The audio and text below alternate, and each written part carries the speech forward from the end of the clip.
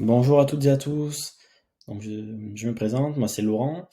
Je suis le CEO de Generated By, un outil qui permet d'optimiser votre productivité grâce aux IA génératives. Et j'ai décidé de faire une série de vidéos pour vous présenter notre outil fonctionnalité par fonctionnalité, en commençant aujourd'hui par la fonctionnalité The Perfect Prompt. Qu'est-ce qu'un prompt? Un prompt, c'est une consigne qu'on envoie à une IA générative, exemple ChatGPT, pour obtenir une réponse, un résultat.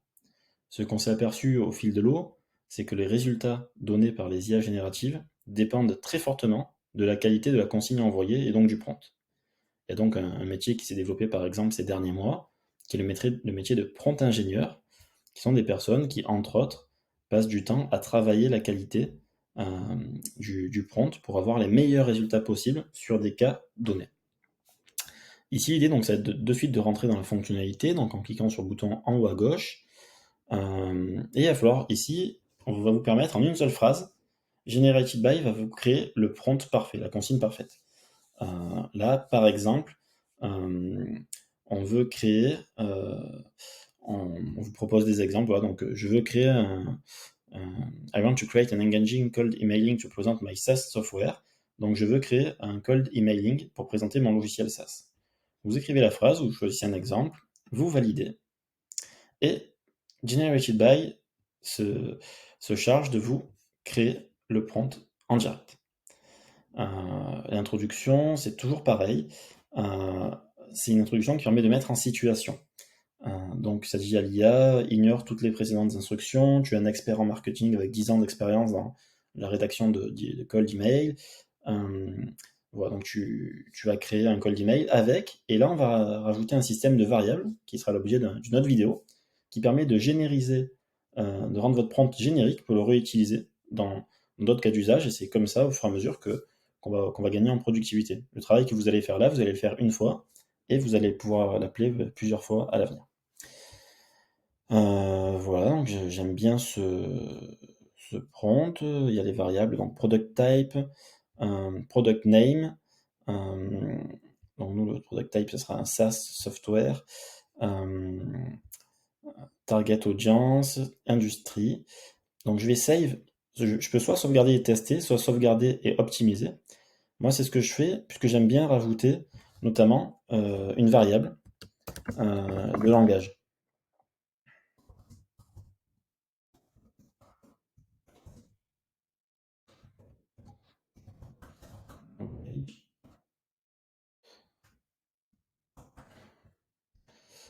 Voilà, donc là il y a la variable qui va se créer. Donc j'ai mon petit tableau de variables, mais on y reviendra plus tard. Et là, je vais pouvoir lancer mon test sur le chat UI, qui est notre petit chat qui permet de discuter euh, avec l'IA pour avoir son résultat. Donc product type, on va mettre SaaS product. Product name, generated by.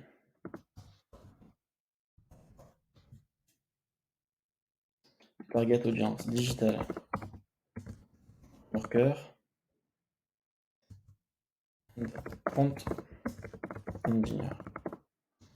Industrie artificielle intelligence. Product type. Là, je vais mettre les caractéristiques du produit. Ça aurait pu être l'objet d'une variable aussi, les caractéristiques du produit. Bon, là ça ne me l'a pas euh, proposé en variable, mais ça aurait pu. Donc on va mettre SaaS product avec les fonctionnalités. Le langage, on va mettre French. Ça me le redemande ici. On va le remettre. Voilà. Et on va envoyer du coup, donc là, vous avez vu que ça a remplacé toutes les variables par les bonnes données.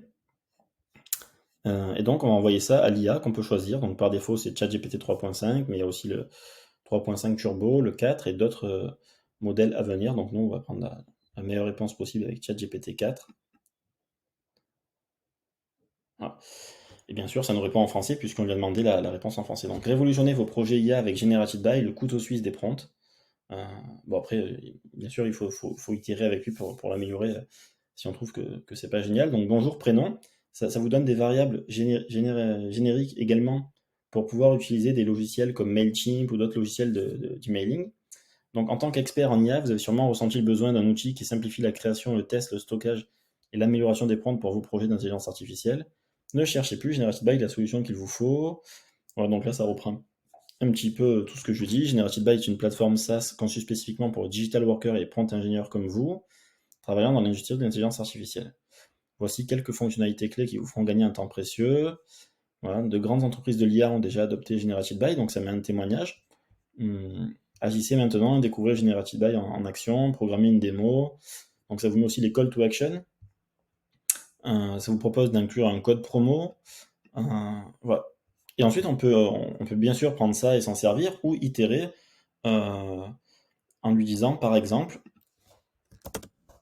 peux-tu rajouter un exemple concret d'un faux client? Faux client, un témoignage, un faux client, qui ensuite vous, oui, voilà, ça vous va donner des idées, mais il faudra bien sûr le changer par un témoignage d'un vrai client.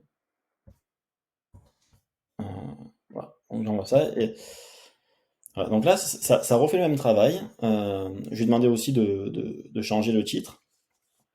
Et, parce qu'il me demandait une autre proposition. Et voilà. Et après, avec les retours que vous avez fait, vous allez pouvoir améliorer le prompt pour la prochaine fois, avoir directement le résultat final dès le lancement de ce prompt. Donc là, voilà, ça fait un peu moins de 10 minutes que je vous explique la fonctionnalité. J'ai déjà on va arriver facilement à un mail qui va être très convenable pour être envoyé. Bien sûr, il ne faudra pas oublier de remplacer le témoignage du faux client par le témoignage du vrai client en lui demandant au préalable son autorisation, bien sûr. Voilà. Qu'est-ce qu'il rajoute alors? Generative By a complètement changé notre façon de travailler. Voilà, donc ça rajoute le petit exemple que je lui ai demandé. Voilà, et après, vous pouvez itérer autant de fois que vous voulez. On va pas aller plus loin parce que c'est pas le but de la vidéo. Mais voilà. Donc ce mail est totalement utilisable par ailleurs dans un logiciel d'emailing, comme je vous le disais tout à l'heure. Voilà, donc j'espère que cette vidéo vous aura plu. On se retrouve dans une prochaine vidéo où on va traiter du sujet des variables. Merci.